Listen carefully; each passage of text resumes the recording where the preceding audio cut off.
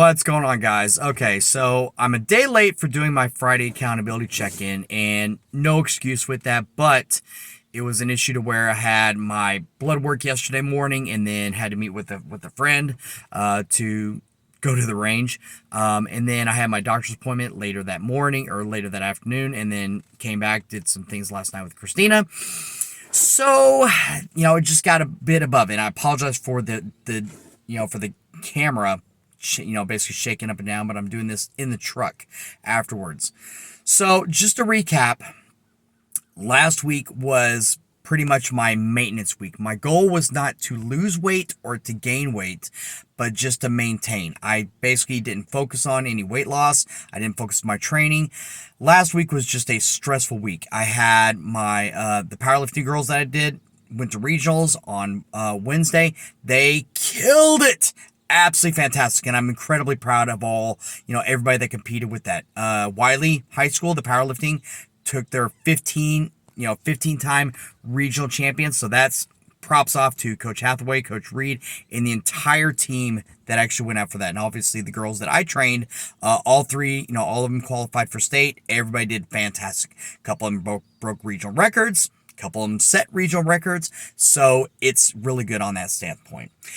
Now, getting back to the process. So I went to the doctor's office, and of course the doctor scales are always a little bit more accurate than anybody else's, it seems like.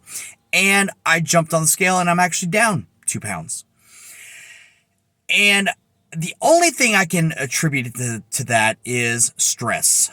The amount of stress that I've had at work this past week has been higher than normal.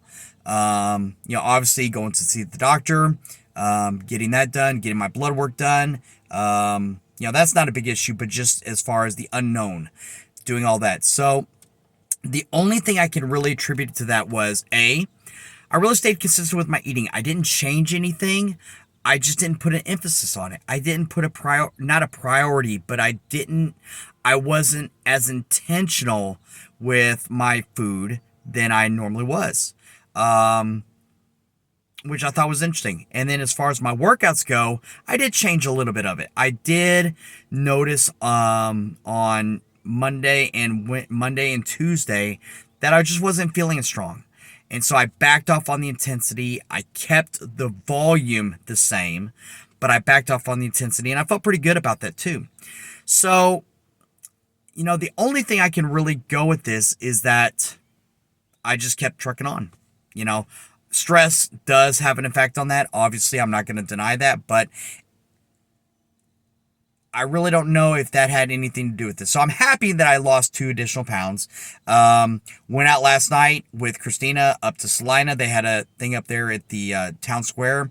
Great event.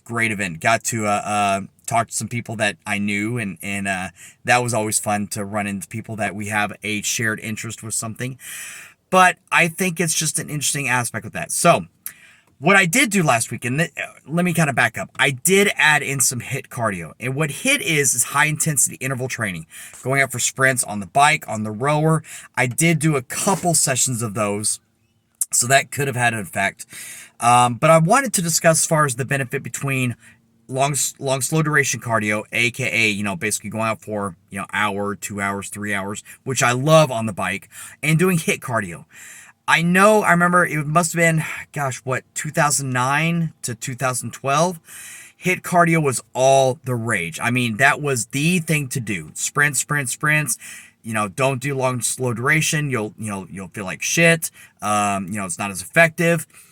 And there are benefits to the two of them. Obviously, from a energy systems, long, slow duration cardio, a big portion of it is fatty acids, is fat oxidation, and being able to mobilize body fat for energy.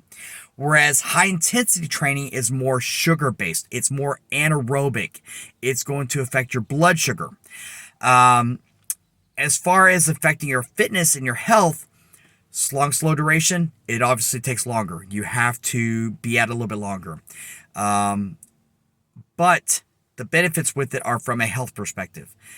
HIIT cardio is, in my opinion, this strictly speaking from my opinion, is more conducive for conditioning. being able to have those explosive bouts of energy, being able to accomplish those different mounts, jiu-jitsu, wrestling, all those things are fantastic when it comes into HIIT cardio. The downfall with it is extremely stressful on the body. It's hard. It beats you up.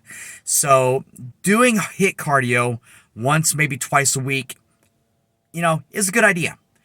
Don't go too much on it. Don't go too long on it. But definitely it's a good idea to add that in. But be sure, and you're still doing your long, slow duration cardio. Be sure that you are still adding in, your walking. I think walking is fantastic. Going out for a jog, going out for a bike ride, getting on the rower. All those are just absolutely fantastic. And again, it works from a health perspective as well. So the rule of thumb, if you do choose to do cardio or do choose HIIT training, to make it as effective as possible, and there's different rules, there's different regulations with it, but a 1-to-3 ratio, 1-to-3 work rest ratio is probably the key factor. If you decide to go out and do let's say a 15-second sprint, then at a minimum, you're going to want to rest 45 seconds. So each interval is going to be roughly a minute. If you do a 20-second sprint, then you're going to want to go for a 20-second sprint. Then you're going to want to rest for an entire 60 minutes or 60 seconds, not 60 minutes. So, kind of keep that in check. The days of, basically, sprinting 40, we remember back when we were in school, we go out and we sprint, 20, 40 yards and then immediately turn around 5-10 seconds and immediately another 15, 20 yards or whatever the case may be. That's not exactly the best mode as far as trying to promote intensity. I know I'm going to get some heat for this, and that's fine. I'm not afraid of that. But making it quality, not just quantity, is more efficient, in my opinion. And again, this is strictly my opinion. If you want to get some more information as far as cardio and conditioning workouts, Joel Jamieson has a fantastic course out there to teach coaches and teach trainers how to properly implement training, conditioning work, as well as aerobic training. But I think, just using some common sense will go a long way.